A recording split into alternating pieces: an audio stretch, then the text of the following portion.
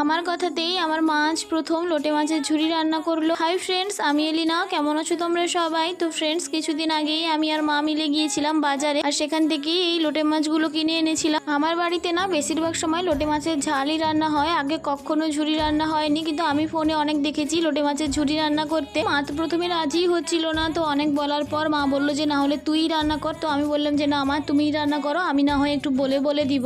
আর এই রান্নাটা খুব সহজই, যেমন আমরা মাংস রান্না করি ঠিক তেমনই পেঁয়াজ, আদা রসুন বাটা, টমেটো কুচি, লঙ্কা গুঁড়ো, হলুদ গুঁড়ো আর লবণ দিয়ে প্রথমে মশলাটাকে কষে নিতে হবে। তোমরা চাইলে আরো বিভিন্ন গুঁড়ো মশলা কিংবা ভাজা মশলা যাই চিকেনে দেওয়া হয় সেসব দিতে পারো, কিন্তু আমি এখানে অ্যাড করিনি। মশলা কষা হয়ে গেলে মাছগুলো দিয়ে কিছুক্ষণ ঢাকা দিয়ে রাখবে, আর মাছগুলো নিজের মধ্যে থাকা জলেই সিদ্ধ হয়ে যাবে। আর সেদ্ধ হয়ে গেলে এভাবে কাঁটা চামচের সাহায্যে মিডিলের কাঁটা থেকে মাছগুলোকে ছাড়িয়ে নিতে হবে। তারপর কিছুটা পরিমাণ লেবুর রস দিয়ে মাছগুলোকে মশলার সঙ্গে ভালোভাবে মিশিয়ে নিলেই রেডি আমাদের লোটে